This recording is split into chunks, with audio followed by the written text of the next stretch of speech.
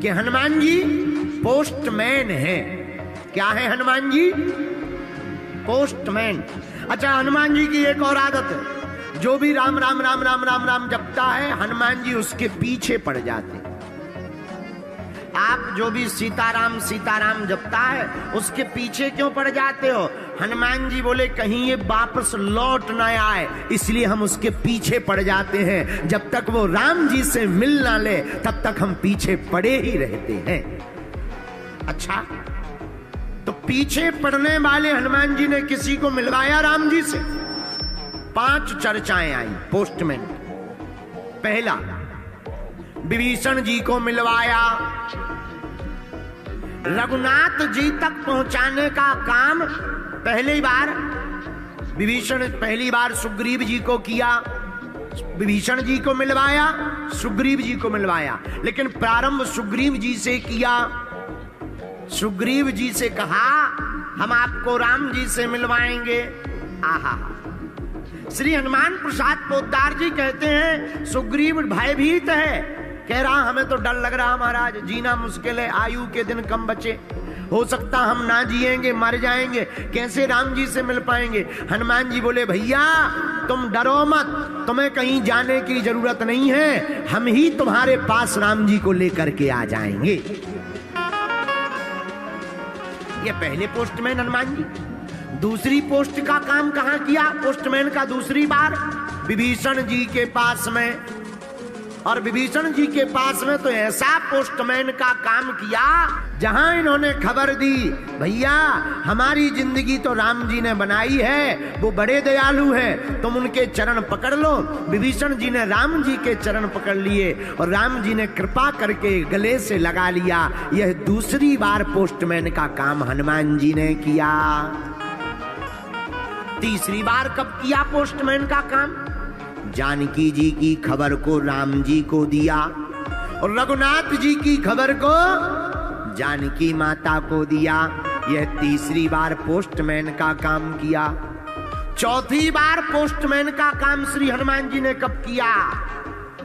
सुकंत नाम के राजा के समय, जब सुकंत नाम के राजा को मारने के लिए भगवान राम ने प्रण ले लिया संत गुरु अपराध के लिए, तब फिर माता की आज्ञा से हनुमान जी ने पोस्टमैन का काम किया। अपनी पूंछ में सुकंत राजा को छिपा लिया। जब बाण लगा तो जब राम जी सिर के ऊपर हाथ हनुमान जी के घुमाने लगे, सोई सुकंत राजा को अपनी गोद में बैठाकर राम जी के हाथ को सुकंत राजा के माथ पर रखवा दिया। और पांचवी बार पोस्टमैन का काम हनुमान जी ने कब किया? आहा, पांचवी बार राम सेतु के समय पर किया। आहा, राम सेतु का पुल बन रहा, बड़ी बड़ी शिलाएं बानर, भालू, अंगद, दधिमुख, केहरी, नल, नील सभी ला रहे हैं। हनुमान जी से कहा तुम बड़े बड़े पर्वत लेकर के आओ। हनुमान जी बड़ी बड़ी शिलाओं को, बड़े बड़े पर्वतों को लाकर समुद्र पर पुल बनाया जा रहा। गिनती नहीं की जा रही, इतने बड़े बड़े पर्वत, इतने पर्वत अनगिनत श्री हनुमान जी महाराज लेकर के आ रहे। पुल का काम अनवरत चल रहा। एक पर्वत को लाते समय रास्ते में सूचना मिली हनुमान जी को कि राम जी ने, रघुनाथ जी ने कहा राम सेतु बंधन का कार्य पूर्ण हो गया, अब पर्वत जो जहां है वहीं पर रख दो, यहां लाने की आवश्यकता नहीं है। एक पर्वत को लेकर उड़कर चले आ रहे थे हनुमान जी, उसी पर्वत को वहीं पर रख दिया, बीच रास्ते में रख दिया। वो जगह कौन सी थी? श्री धाम वृंदावन के नजदीक में गोवर्धन, वहां पर पर्वत को रखा तो वह पर्वत प्रकट होकर रोने लगा। क्या बात है, क्यों रो रहे हो?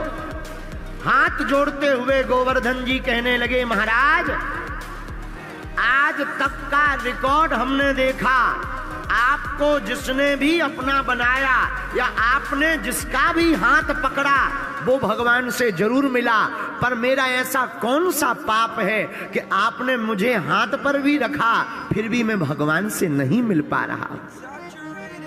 मेरे अपराध को बताया जाए, मेरी कौन सी भूल है जो मैं भगवान से नहीं मिल पा रहा हूं? क्या मुझे भगवान के दर्शन नहीं होंगे? क्या मैं भगवान से नहीं मिल पाऊंगा?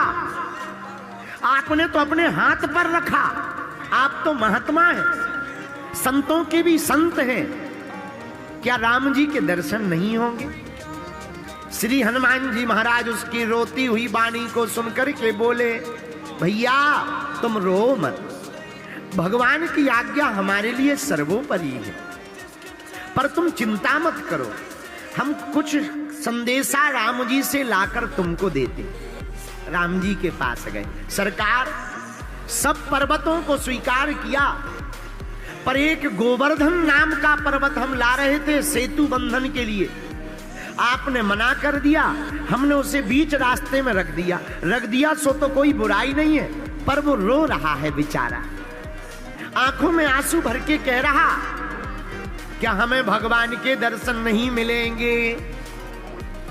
राम जी बोले, भैया हनुमान, सेतु बंधन का काम तो पूरा हो गया, लेकिन अगर वह पर्वत रो रहा और तुमने उसे अपने हाथ पर रखा तो तुमने तो अपने हाथ पर रखकर अपने सामने रखा होगा, जाकर के तुम वचन दे आओ, हम द्वापर युग में जब श्री कृष्ण अवतार लेकर के आएंगे उस पर्वत को दर्शन भी देंगे और अपनी उंगली पर उठाकर अपने सिर पर रखेंगे। हनुमान जी की आंखों से आंसू आ गए। आहा, गोवर्धन पर्वत के पास आए, भैया तुम्हारे भाग्य खुल गए। क्या भाग्य खुल गए महाराज? क्या राम जी ने हमें बुलाया है? नहीं नहीं नहीं, जाना तो कैंसिल हो गया, टिकट तो कैंसिल हो गई, फ्लाइट बुक हो गई, जाना कैंसिल है, तो क्या हमें दर्शन नहीं मिलेंगे? अरे नहीं भैया, वचन दे दिया रघुनाथ जी ने। क्या बोले? द्वापर युग में जब वह कृष्ण अवतार लेंगे तब एक दिन नहीं, एक घड़ी नहीं, 7 दिन तक तुम्हें सरकार के दर्शन होंगे और अपनी अंगुली पर तुमको धारण करेंगे।